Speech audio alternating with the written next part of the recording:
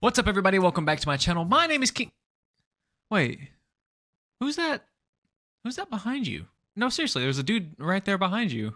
Kind of weird. My name is King Newsme. Before anything else happens in this video, I want to thank you guys so much for 25, now 30,000 subscribers. This was supposed to be my 25K special, but you guys kept subbing. You guys just didn't stop. You guys just don't stop. It doesn't stop coming. Can't express to you guys enough how grateful I am to have reached this goal. Thank you to all the people that have supported me for many months now, and sometimes many years. You guys have truly made me the happiest I have been in my life. And if you've been following this channel for any amount of time now, you know that I've been promising / hinting at the Goosebumps movie for a few months now. So today I decided to finally give you guys that. But first, let's talk about the other Goosebumps movies that ran into a lot of hardships and sadly didn't get made. In the 90s, there were two rumored Goosebumps movies that had not been made. One was from the famous director George Romero. He wanted to start making films for younger audiences, and he thought Goosebumps would be a great way to tap into that. He would read his 12-year-old son Goosebumps books at night, and he personally enjoyed them so much that he felt like he could make a movie about any of them. So he wrote a rough outline for the story Welcome to Dead House. But sadly, things didn't work out, and we didn't get this what would have been a legendary movie made. And fun fact, the screenplay is still at the University of Pittsburgh. You can go find it in the library there. Tim Burton was also attached to a Goosebumps movie that was going to be made by 20th Century Fox and DreamWorks. And after many months of work, they could not find a script that they liked and could all agree on, so sadly it got canceled too. They couldn't find a story to write the movie on. But luckily in 2015, we finally got our Goosebumps movie. We waited a long enough time, I'll tell you that. And it stars the insanely talented Jack Black as R.L. Stine himself. Really don't need to introduce Jack Black, you know who that guy is. He's uber famous. Also, Dylan Minnette stars our main character, Zach. You might know him from a lot of stuff, but he's mainly famous for 13 Reasons Why. But you might have seen him in the movie Alexander's No Good, Very Bad, Terrible Day, or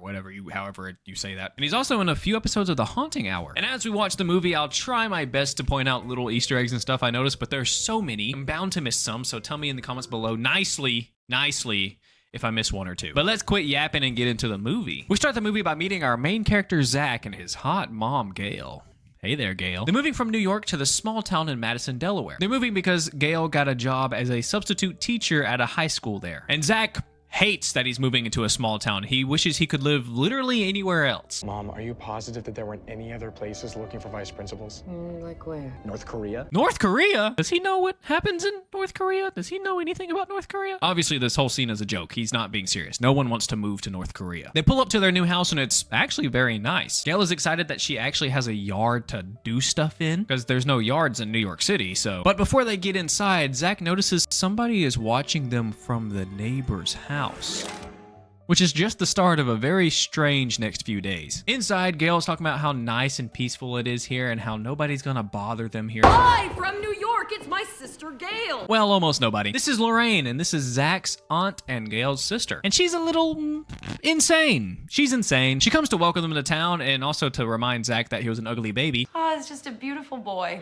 And thank God, because you were such an ugly baby. Oh, There it is. And she also gives him this totally cool hat that he absolutely loves. Awesome. I mean, look at that smile. Zach tries to unload some boxes while his mom and aunt catch up, but it is not going too well for him. And if that didn't embarrass him enough, the cute girl next door saw him do that. Obviously, Zach has to introduce himself, but she just picks on him for a few minutes, even making fun of his cool hat. It's actually a gift from my aunt. It's also a gift for me and everyone who gets to see you wearing it. We learn that her name is Hannah, and she instantly gets pulled away by a disembodied voice from her house. And that voice belongs to his neighbor, who's not happy that he's talking to his daughter. Stay away from my daughter. You stay away from me. We won't have a problem. Wow, that's a warming welcome. Back inside, Lorraine lets us know that his name is Mr. Shivers. He moved to town a few years ago, and he's a pretty mysterious man. I mean, what would you expect from somebody named Mr. Shivers? Lorraine also thinks Mr. Shivers is... Very sexy. I love his scent. It's like mint and BO. I told you she's insane. And while they're talking, Gail pulls out a picture of Zach and his dad. This seems to be hard on everybody, and Zach excuses himself to go up to his room, while the sisters talk about what happened. It's pretty obvious that his dad died and that he's still in mourning over it. And Zach has apparently put up a wall and won't talk to his mom about anything. And it's also why he hated the idea of moving. But Gail thinks that a change of scenery will help him get over it. How are you doing?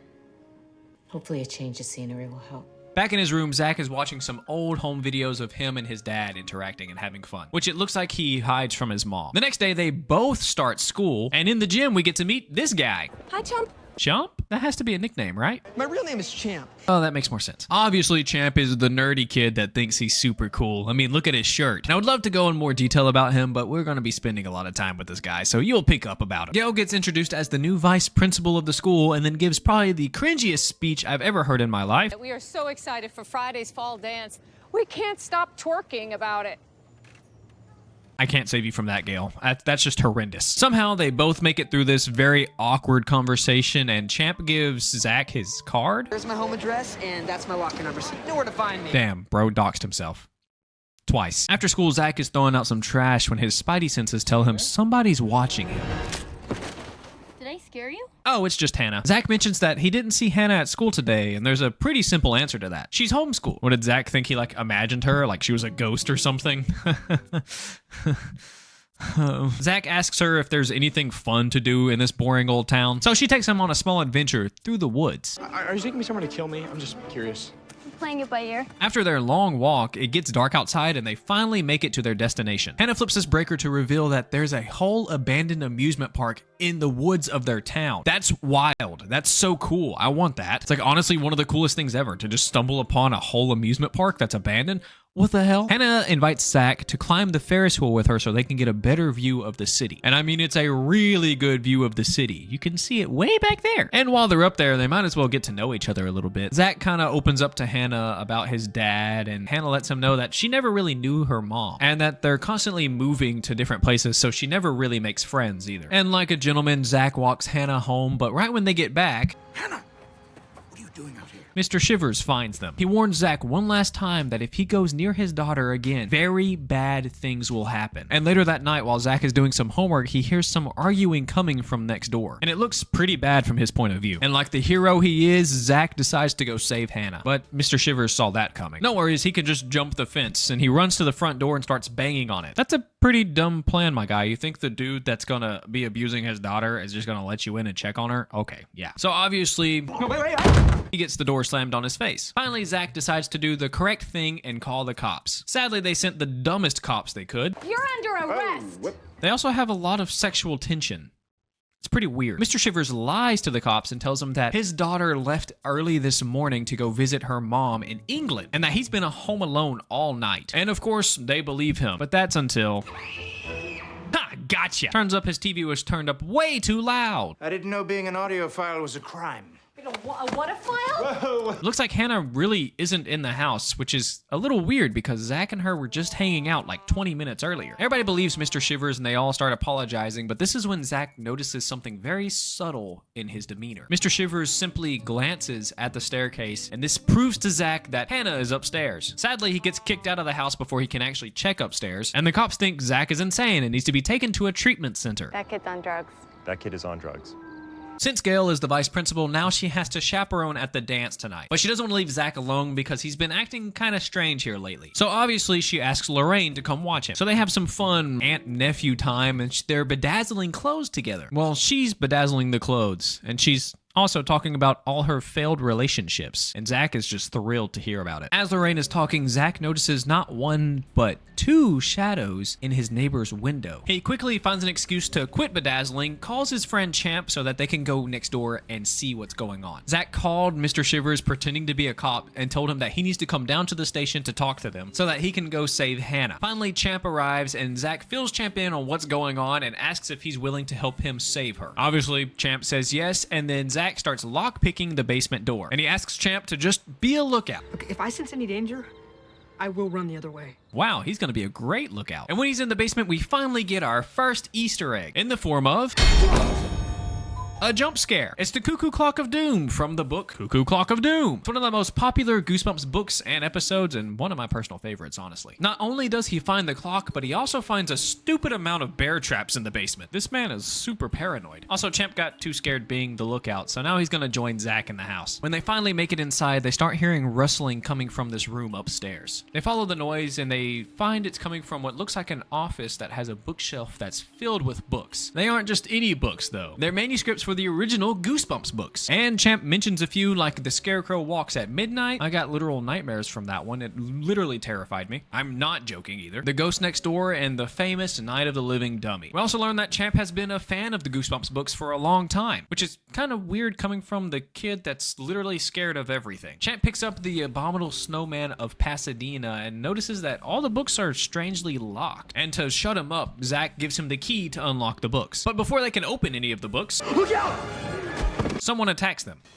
Zach? Oh, it's just Hannah. Again, she's really good at sneaking up on them. When Hannah finally notices it's them, she stops and tells them that they really should leave now. But before they leave, she asks if they messed with any of the books. So Zach tells her the truth, and based on her reaction, this is not good. Zach tries to pick up the book, which in turn opens it, and then this happened.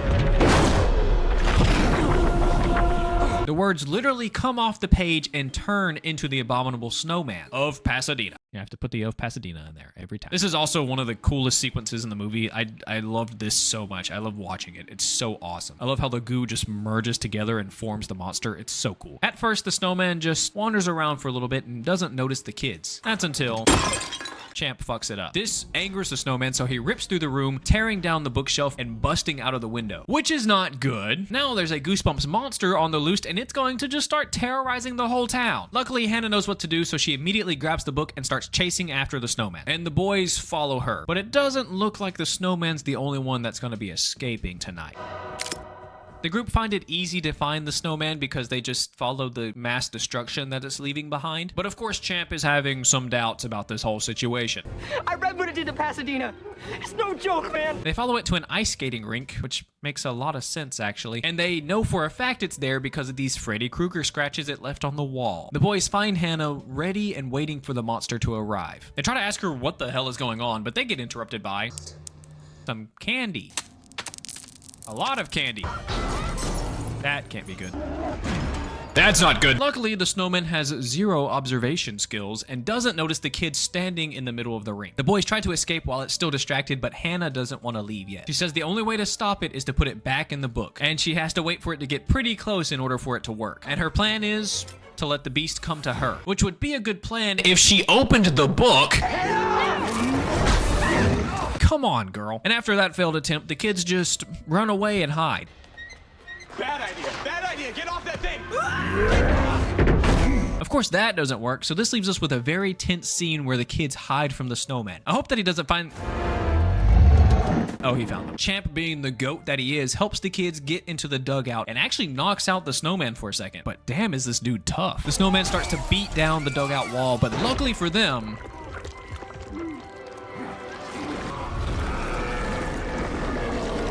Mr. Shivers comes to the rescue. And once again, we get this really cool scene of the monster getting sucked back into the book. I love these scenes. I think they're so cool. On the car ride home, Mr. Shivers is obviously upset about the situation, but he's mostly upset that they chose one of the more dangerous monsters to open up. You had to pick Abominable Snowman of Pasadena. You couldn't have picked Little Shop of Hamsters. That's another Easter egg, by the way. And as Shivers talks about the books in more and more detail, he catches on to his true identity. You're him, aren't you?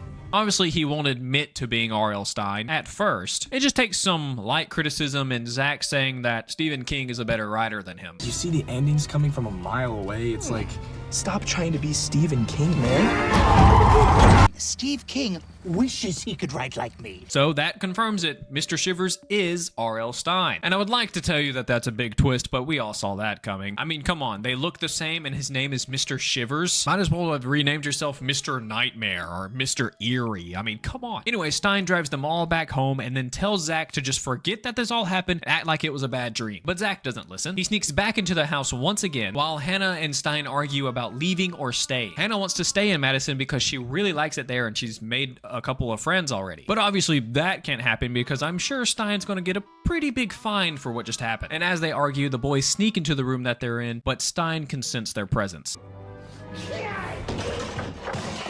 Wow, that was a bad throw. Zach begs Stein to tell him what's going on, and with very little pushback, he tells them everything. Stein tells him that whenever he was a kid, he had really bad allergies and really couldn't go outside. And in turn, he did not have a lot of friends growing up, but he did have a lot of bullies. And he didn't like being constantly picked on, and the way he coped with it was he wrote stories about monsters that would terrorize these cities. It was an escape for him, and to him, his stories felt very real. And then one day, they became real. And everything's okay as long as nobody opens the books for the monsters to escape.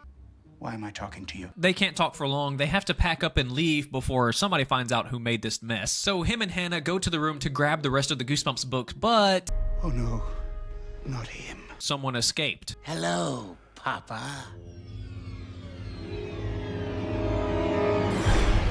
And it's our favorite little girl-loving dummy, Slappy. Why does it look like Stein's about to pee his pants? After showing us his cool teleportation trick, Stein tries to trick Slappy and telling him that he opened the book on purpose so that he can go and terrorize the city of Madison. Obviously, he's lying. He just wants to trap Slappy back in the book. But it looks like Slappy has the key, and he also makes it painfully obvious that he's reaching for the book. You're trying to put me back in? So, for payback, Slappy grabs the book, burns it, and takes every other book on the shelf. Slappy hops in the haunted car, I still hate this book, and releases the lawn gnomes from the book Revenge of the Lawn Gnomes onto the group, lighting both books on fire and disappearing into the night. The crew try to escape, but the front door is barricaded, so the only other option is the back door. But it looks like somebody's been waiting on them, and he's not alone. Gnomes start coming out of literally everywhere in the kitchen, but these ones are kind of cute. Maybe they're here to just be friends. Never mind, the cute little guys start attacking the group in very coordinated attacks. They legit try to hang Zach, holy fuck, and they're trying to put R.L. Stein in the oven? These guys are crazy! Are we sure the snowman is the most dangerous one? The only way to stop these little guys is to break them. So, one by one, they break all of the gnomes, except for these guys that melted in the oven. Would they even melt like that? They break all of them until there's just a pile of broken clay in the kitchen. They quickly untie Stein and try to make it out, but...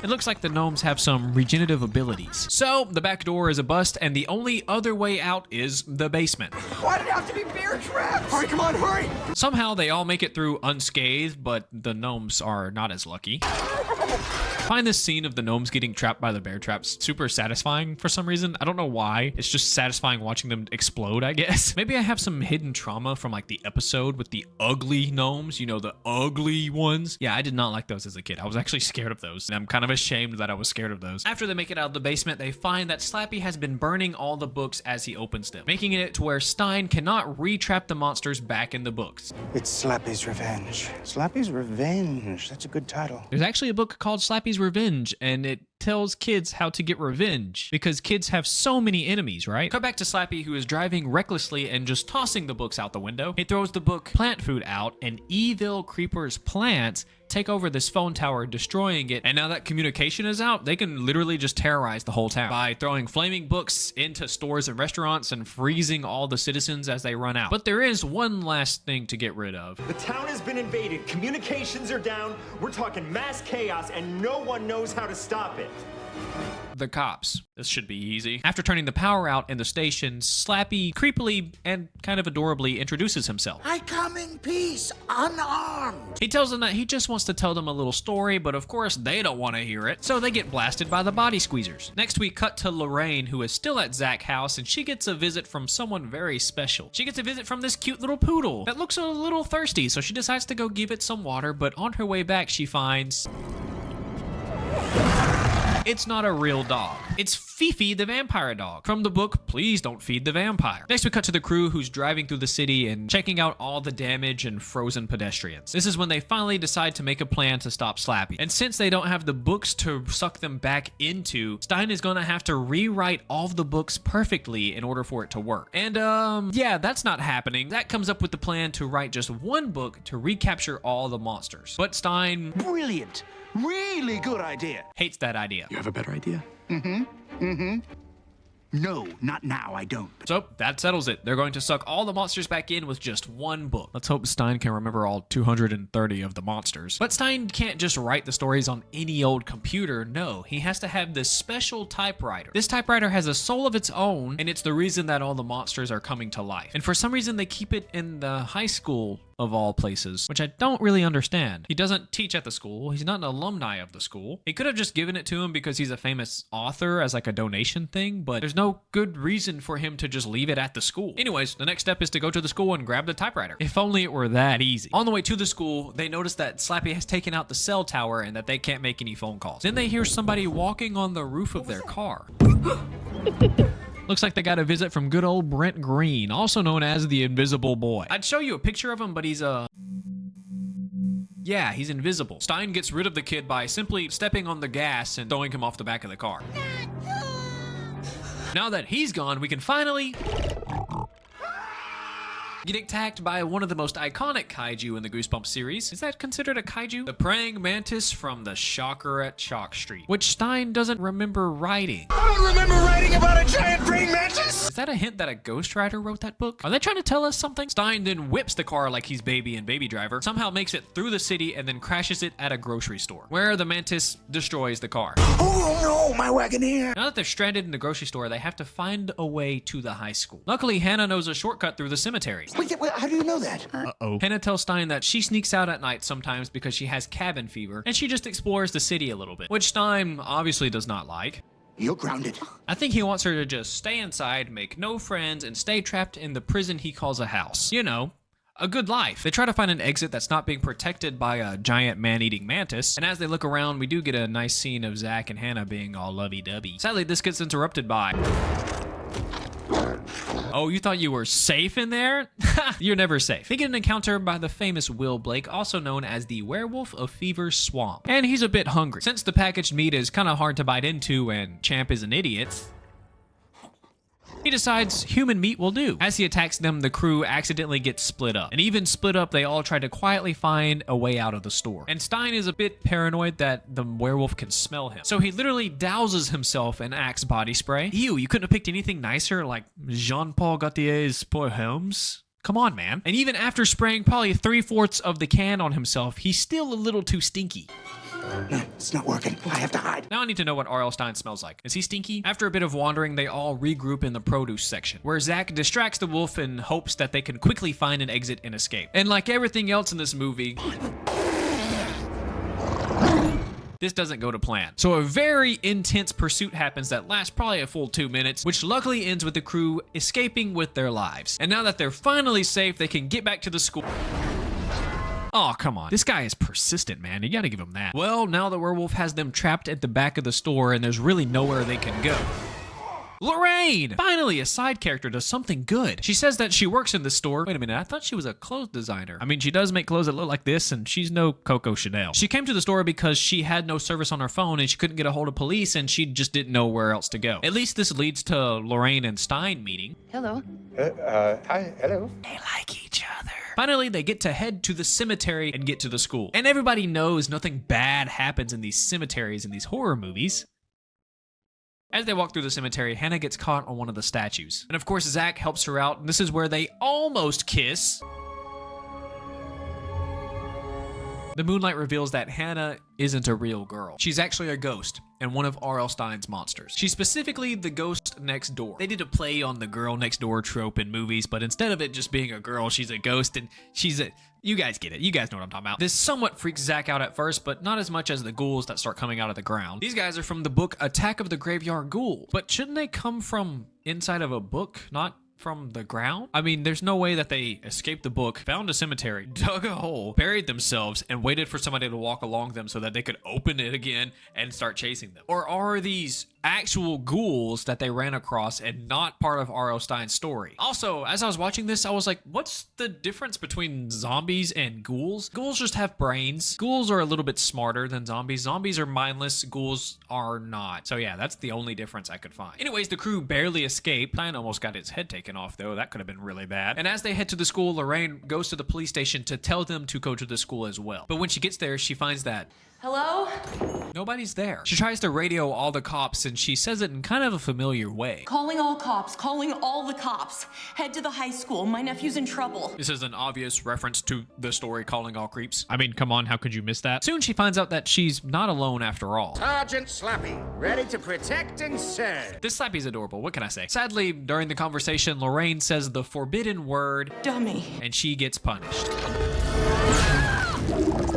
The crew finally make it to the school, thank God. Zach pulls Stein aside and confronts him about Hannah. Zach is pissed that he's been lying to her whole life and convincing her that she is real. But Stein says that he was super lonely until he wrote Hannah, and he wrote her in a way that she could be a real person. This is when Stein really opens up to Zach about how lonely he was before and how he doesn't want to feel that loneliness again. And rewriting this book will surely trap Hannah in the book again, which would in turn make him lonely again. Zach understands how Stein feels. Ever since his dad died, he shut everyone out like Stein has, and they both make a deal to be better about that starting tomorrow. If we're alive tomorrow.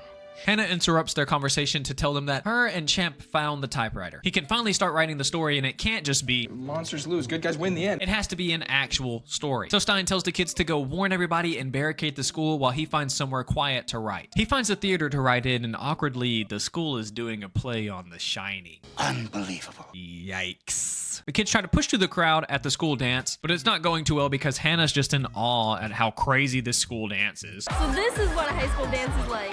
Yeah. I don't know about you guys, but my school dances were like... It was nothing like this. When they finally do make it to the stage, though, they warn everybody about the monsters, and of course, nobody believes them. And even one guy mocks them. He's right. It's the boogeyman. And he's picking his nose. But he changes his tune pretty quickly when... Holy shit, did he just die? Now that there's mass hysteria throughout the school, Slappy decides it's the perfect time to release them all. And as Slappy does this, Zach is filling everybody in on what they need to do. He tells everybody that they need to board up the school while Stein writes, and he promises that he's a fast writer. The night was cold. Then we get a scene where we get to see all the monsters, and I would list them here, but we do get better looks at a lot of them, so I'll just list them later on when I see them. Slappy gives the monsters a beautiful speech about murdering R.L. Stein, and releases them to wreak havoc onto the school, where we get a better look at some of the ghouls that have frost breath, I think? If not, then that's kind of a weird thing to just add in as VFX. The ghouls tear the fence open and let in the bees from the book Why I'm Afraid of Bees. I have vivid memories of the cover of this book because it was always in my library because nobody wanted to read it. Also, Zach fights the bees with 2 baseball bats like he's Leonardo from the Ninja Turtles. And the school did work hard on their barricade. Sadly, it's nothing to the Annihilator 3000 bots. God, there's so many monsters in this movie. This is gonna take a minute. 2 kids try to make a fast escape out of the school, but they get caught by the werewolf. And like a true gentleman, the dude runs away. Luckily, Champ sees her being pinned in the corner by the werewolf and decides it's finally time to get over his cowardice and to be a man. He jumps on the werewolf's back and bites it, which in turn burns the werewolf and scares it away. It burned him because Champ has silver fillings for teeth. When I was 10, I didn't brush my teeth for a whole year. Ew, bro, what? And since Champ has overcome his fear of everything, he finally gets a kiss from a girl. I'm happy for the dude. Next, we get a great look at Murder the Clown from the book A Nightmare on Clown Street. I also mentioned him in my Afraid of Clowns video, so go check that out if you haven't seen that. Next, we catch up with Stein, who is unaware that he has an audience. Forgetting somebody? Slappy is very upset that Stein would betray him like this and claims that he made Stein. I mean, he's not wrong. Night of the Living Dummy is probably R.L. Stein's most famous book. Slappy is also not happy that Stein is trying to trap him in a new book. So he punishes Stein by literally breaking all of his fingers so that he can't type. Luckily, Zach and Hannah come in before Slappy can do any more damage. Stein tells him that he just has 1 or 2 more pages to write and then the book will be finished. And he tasks Zach with finishing the story. Now that the monsters have taken over the school, it's pretty obvious that it's not safe to write here. They try to escape, but Hannah gets grabbed by one of the evil plants. Zach and Stein obviously help her escape, but this is also a time when they give us a quick reminder of what she actually is. Just a reminder that she'll be gone soon. Now, every monster is chasing all of the kids through the school, and I can list a few here. We have Prince Koru and Neela Ramad from Return of the Mummy. One of the creeps from Calling All Creeps. I love how they made it look like the book cover creeps rather than the episode creeps, like the purple lizard dinosaur looking thing. I like that design a lot more. Muglani, the witch doctor from Deep in the Jungle of Doom. Pumpkinhead from Attack of the Jack-O-Lanterns. The Scarecrow from Scarecrow Walks at Midnight. And the Swamp Monster from How to Kill a Monster. We also have Professor Shock, Countess Yvonne, Lord High Executioner, and some more body squeezers and ghouls, and of course, Murderer the Clown again. Stein knows that the only reason the monsters are attacking the school is because he is there. So he comes up with a plan to drive a bus to lure the monsters away from the school and protect the kids. Obviously, Hannah wants to go with her dad while he does this, but Stein's not going to let that happen, which in turn makes her very upset, and Zach doesn't like seeing her upset, so he quickly comes up with a pretty genius plan. Stein hops in one of the buses and gasses it through the fence. And whatever the plan was, worked. All the monsters instantly turn around and start chasing after Stein. Sadly, he doesn't make it far before the bus gets flipped over. And the monsters look inside to find Stein wasn't in this bus, but a bomb was.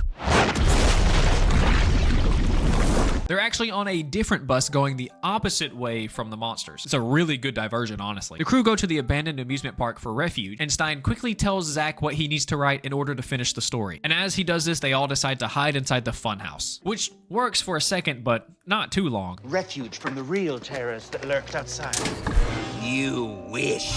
Slappy uses his teleportation to get to Stein and the others before the monsters could, and he decides to play some mental games with them. Slappy tells Stein that he abandoned all his best friends, including Slappy, who was his bestest friend, and he locked them all away in books just to rot away slowly. And as he does this mental game, he's teleporting from one mirror to the next and confusing everybody on where he truly is, until he teleports in front of them. I've been saving this monster just for you. Slappy unleashes the blob that ate everyone. Luckily, the whole crew escaped before the blob can touch them, but Stein knows that Slappy won't stop until he gets a hold of him, and he destroys that book. He gives the typewriter to Zach and tells him to finish the story, before turning around and facing the monsters that he has created. Pretty badass, honestly. The kids climb the Ferris wheel for safety. Ah yes, climb the very rusty and dangerous abandoned Ferris wheel for safety. That makes sense. As Slappy traps Stein in the blob, but doesn't kill him. He uses Stein trapped in the blob as an example for what it feels like to be trapped in one of the books. The kids quickly make it on top of the wheel, where Zach tries to quickly end the story, but the monsters have already made it to them. And there's a few more right here, so let's pause and mention them. We have Captain Longbin One Leg from Creep from the Deep, and I believe this woman in the red dress right here is Madame Doom, and she's from a bunch of Goosebumps books, honestly. Count Nightwing from Vampire Breath, and Carly Beth from The Haunted Mask. As the monsters climb the Ferris wheel, Zach finally finishes the story and seals it in a book. But about that time... oh no. Man, this mantis really gets in the way. This is like the 5th time it's fucked up the plan. The kids take a fun yet terrifying trip down the mountain, where they somehow survive. That's wild. But when it's time for Zach to open up the book, he can't. He tries to tell Hannah who she truly is, but of course she already knows. How many sweet 16s can one girl have? She's already accepted her fate, and she is prepared to be stuck in the book forever. And even after she tells him this, Zach won't open the book. So she does it for him. And it worked. All the monsters slowly start getting sucked into the book. Even Slappy with one final quip. See you in your dreams!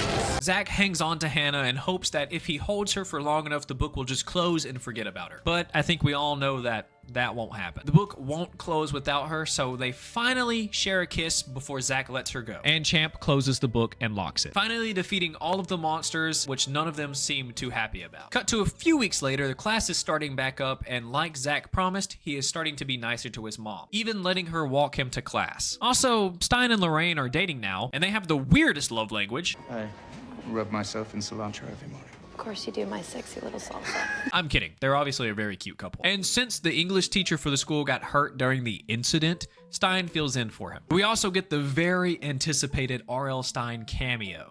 Hello, Mr. Stein. Hello, Mr. Black. I didn't notice this in my first watch through, but they actually swapped names. Jack Black is playing R.L. Stein, and then R.L. Stein in the movie says, "Hey, Mr. Black," referencing Jack Black, who's playing him. They swapped last names. It's pretty funny. I think it's funny. Zach and Stein walk and talk about how much they miss Hannah. But Stein makes Zach feel better by giving him the whole "she's in our hearts" speech. And also right over there.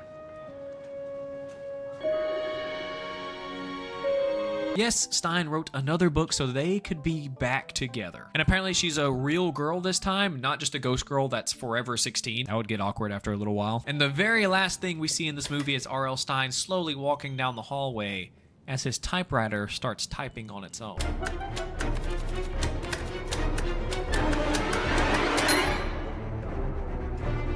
You forgot about me. And that's the end of the movie. You gotta have that good Goosebumps twist at the end, am I right? Also, the credits of this movie are a lot of the really famous Goosebumps covers. It's just really cool to see that. Of course, go watch the movie on your own. I skipped a lot of things that have happened, and I skipped a ton of jokes, pretty much every joke. Oh my god! Oh my god, Dad! Dad, what happened to you? Wait. Oh, thank God. Guys, false alarm. It's not my dad. And there are a few characters that I didn't mention because I couldn't get a better look at them, so I'll mention them right here. Clarissa from Be Careful What You Wish For, Cronby the Troll from Deep in the Jungle of Doom, and the Snake Lady from The Escape of the Carnival of Horrors. That's a long title. Either I didn't see them, or they're hidden behind somebody in one of the scenes, or I'm just blind. So I personally really enjoy this movie. I know it's kind of like a hot take if you really like or don't like this movie. I think it's really good. Like I said earlier, many directors tried to tackle this movie, and every time it failed. And I think it failed because they tried to choose one story rather than trying to just make a new one altogether. I think it's genius that they made the books come to life in real life and that they made R.L. Stein a character. I think that's awesome and super smart. I do wish it was a bit more scary though. The whole movie plays out like a comedy, a horror comedy. I also think the CGI in this movie is really good. And for the amount of monsters and stuff, it does look really good consistently. The Abominable Snowman being released in that first like 30 minutes of the movie, so cool. One of the coolest scenes I've seen in a while. I also think Slappy in this movie isn't bad. I know he's like the least liked of all the Slappies, and he does seem pretty genuinely evil to me. I mean, he breaks R.L. Stein's fingers, every single one of them. That's pretty evil if you ask me. He did also release every monster and tried to get them to terrorize the world. That's pretty evil. You guys sleep on movie Slappy, honestly. Now that I've glazed the movie a lot, I am going to say something I don't really like about it. They have this beautiful moment at the end of the movie where they have to make a sacrifice in order for the book to be sealed, and Hannah has to be trapped forever, just for her to come back 2.5 minutes later. What was the sacrifice? This beautiful moment, that all this character growth that could have happened because she is gone now. Whoop, out the window. Who cares, you know? I don't want to get on my soapbox about it. I think movies nowadays, they all throw away the sacrifice and bring it back somehow. I'll give this movie an 8 out of 10. I really like this movie a lot. I have a Patreon. The Patreon members get episodes a day early, plus some bonus content and maybe some pictures of my cats. Let me know what you think about the Goosebumps movie in the comments below. Like the video if you like the video. Thank you for watching the video all the way through. I appreciate you all, and peace.